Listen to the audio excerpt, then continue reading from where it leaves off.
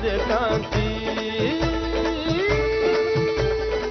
ಮಂಜುನಾಥ್, ಏನತ್ತೆ? ನಾನು ಇವತ್ತೇ ಊರಿಗೆ ಹೊರಡ್ತಾ ಇದ್ದೀನಿ. ಇದೇನತ್ತೆ ಇದ್ದಕ್ಕಿದ್ದಾಗೆ? ಅಂಥದ್ದೇನಾಯ್ತು? ಇನ್ನೂ ಏನಾಗಬೇಕು? ನಾನು ದುಡುಕ್ಬಿಟ್ನೇನೋ ಅನ್ಸಕ್ ಶುರು ಆಗ್ಬಿಟ್ಟಿದೆ. ಈ ಮನೇಲಿ ನನ್ನ ಬಗ್ಗೆ ಯಾರಿಗೂ ಗೌರವ ಇಲ್ಲ. ಎಲ್ರಿಗೂ ನಾನು ತುಂಬಾ ಸದರಾಗ್ಬಿಟ್ಟಿದ್ದೀನಿ. ಅತ್ತೆ, ನೀವು ಹೀಗೆ ಹೇಳಿದ್ರೆ ನನಗೆ ಹೇಗೆ ಅರ್ಥ ಆಗ್ಬೇಕು? ಏನಾಯ್ತು ಅಂತ ಬಿಡಿಸಿ ಹೇಳಿ. ಯಾರಾದ್ರೂ ಏನಾದ್ರು ಅಂದ್ರ? ಬೇರೆ ಯಾರೋ ಏನೋ ಅಂದಿದ್ರೆ ನನಗೇನು ಬೇಜಾರಾಗ್ತಿರ್ಲಿಲ್ಲ. ಆದ್ರೆ ರೇಣುಕಮ್ಮ ಇವತ್ತು ನಡ್ಕೊಂಡ್ ರೀತಿ ನನಗಿಷ್ಟ ಆಗ್ಲಿಲ್ಲ. ಅಮ್ಮನ? ಅಮ್ಮ ಏನಂದ್ರು ನಿಮ್ಗೆ? ಕಾಂತಿ ಹತ್ರ ನಂದೆರಡು ಸೀರೆ ಇಸ್ತ್ರಿ ಮಾಡ್ಕೊಡು ಅಂತ ಹೇಳ್ತಾ ಇದ್ದೆ. ನಿಮ್ಮಮ್ಮ ಅಲ್ಲಿಗೆ ಬಂದು ಮೊದ್ಲು ನಾನ್ ಹೇಳಿದ ಕೆಲಸ ಮಾಡು, ಇದನ್ನ ಆಮೇಲೆ ಮಾಡಿದ್ರಾಯ್ತು ಅಂತ ಹೇಳಿ ಅವಳನ್ನ ಎಲ್ಗೋ ಕಳಿಸ್ಬಿಟ್ರು. ನನ್ಗೆ ಎಷ್ಟು ಅವಮಾನ ಆಯ್ತು ಗೊತ್ತಾ? ಅಮ್ಮನ ಪರವಾಗಿ ನಾನು ಕ್ಷಮೆ ಕೇಳ್ತೀನಿ, ನೀವು ಬೇಜಾರು ಮಾಡ್ಕೋಬೇಡಿ. ಸರಿ, ನೀನ್ ಹೇಳ್ತಾ ಇದೀಯ ಅಂತ ಒಪ್ಕೋತೀನಿ. ಆದ್ರೆ ಒಂದ್ ಮಾತು ನೆನಪಿರ್ಲಿ, ಇನ್ನೊಂದ್ಸಲ ನನಗೆ ಯಾರಾದ್ರೂ ಈ ರೀತಿ ಅವಮಾನ ಮಾಡಿದ್ರೆ ನಾನು ಈ ಮನೆಗೆ ಮತ್ತೆ ಬರಲ್ಲ. ಅಲ್ಲ ರೀ, ಅಷ್ಟು ಓದಿರೋರು ನೀವು ಆಯಾ ಕೆಲಸ ಯಾಕೆ ಮಾಡ್ತೀರಾ? ಈ ಕೆಲಸಕ್ಕೆ ಓದಿರ್ಲೇಬೇಕು ಅಂತ ಏನಿಲ್ಲ. SLC ಫೇಲ್ ಆಗಿರೋರು, 7ನೇ ಕ್ಲಾಸ್ ಪಾಸ್ ಆಗಿರೋರು ಯಾರು ಸಿಕ್ಕಿದ್ರು ಸಾಕು. ಸರಿ, ಏನ್ ಕೆಲಸ ಅಂತ ಹೇಳಿದಾರಾ? ಹ್ಞೂ ಮೇಡಮ್, ಆಯಾ ಕೆಲಸ ಅಂತ ಹೇಳಿದ್ದಾರೆ. ನಾನು ರೇಣುಕಮ್ಮ ಅವ್ರ ಮನೇಲೆ ಕೆಲಸ ಮಾಡ್ತಿರೋದು. ನಿಮ್ಮನ್ನ ಆಯಾ ಕೆಲಸ ಮಾಡಕ್ ಹೇಳಿದಾರಾ? ನೀವು ಪಾಠನೇ ಮಾಡ್ಬೋದು. ಸರಿ, ನಿಮ್ಗಿಷ್ಟನಾ? ನೀವು ಒಪ್ಕೊಂಡಿದ್ದೀರಾ?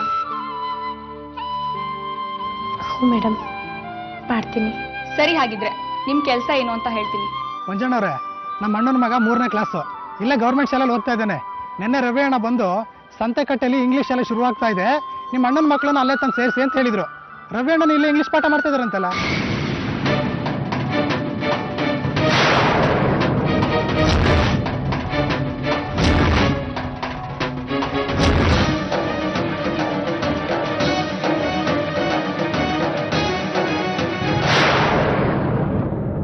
ಅಮ್ಮ, ರವೀಂದ್ರನ ಕೆಲ್ಸಕ್ಕೆ ತಗೊಂಡಿರೋದು ಯಾರು?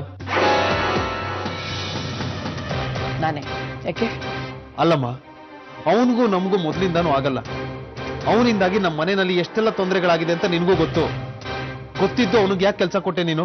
ಮಂಜು, ಈ ಸಂತೆಕಟ್ಟೆ ರೇಣುಕಮ್ಮ ಯೋಚನೆ ಮಾಡದೆ ಯಾವತ್ತು ಯಾವ ನಿರ್ಧಾರನೂ ತಗೊಳ್ಳಲ್ಲ. ಅಂದ್ರೆ ಆ ರವೀಂದ್ರ ನನ್ನ ಹತ್ರ ಬಂದು ಕೈಕಾಲು ಹಿಡ್ಕೊಂಡು ಕೆಲಸ ಕೊಡಿ ಅಂತ ಕೇಳ್ಕೊಂಡ. ನಮ್ಮನೆ ಪರಿಸ್ಥಿತಿ ಸರಿ ಇಲ್ಲ, ನಮ್ಮ ಅಪ್ಪ ಅಮ್ಮನ್ ಬಿಟ್ಟು ದೂರ ಹೋಗೋದಕ್ಕಾಗಲ್ಲ, ನನ್ನ ಜೀವನಕ್ಕೊಂದು ದಾರಿ ಮಾಡಿಕೊಡಿ ಅಂತ ಬೇಡ್ಕೊಂಡ. ಅವನು ಬೇಡ್ಕೊಂಡ, ನೀವು ಒಪ್ಕೊಂಡ್ಬಿಟ್ರಿ ಅಲ್ವಾ? ನನ್ನ ಮಾತು ಸ್ವಲ್ಪ ಪೂರ್ತಿ ಕೇಳು.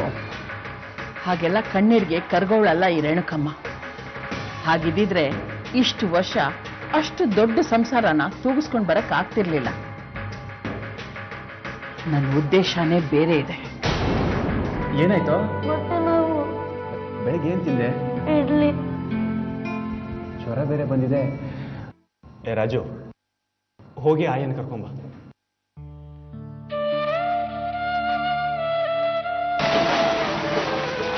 ಆಯ, ಏನೋ ತರಕಾರಿ ತಿಂದಾರೆ. ಬರ್ತೀನಿ, ಹೋಗು.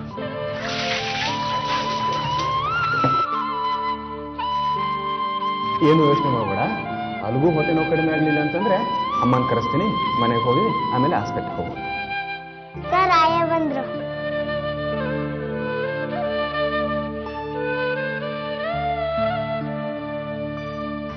ಸರ್,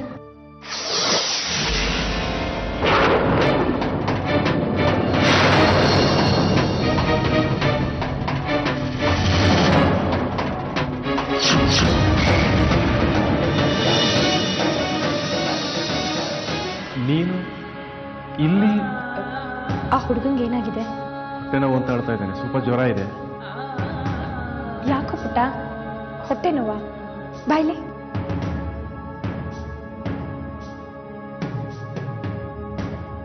ಏನಾಯ್ತು? ಬಾ. ಇವಳು ಈ ಸ್ಕೂಲ್ಗೆ ಯಾಕೆ ಸೇರ್ಕೊಂಡ್ಲು? ಅದು ಆಯಾ ಆಗಿ. ರೇಣುಕಮ್ಮ ಇಷ್ಟು ದಿನ ಇವಳ ಹತ್ರ ಮನೆ ಕೆಲಸ ಮಾಡಿಸ್ತಿದ್ಲು, ಈಗ ಸ್ಕೂಲ್ ಕೆಲಸಕ್ಕೂ ಹಚ್ಚಿದ. ಛೇ.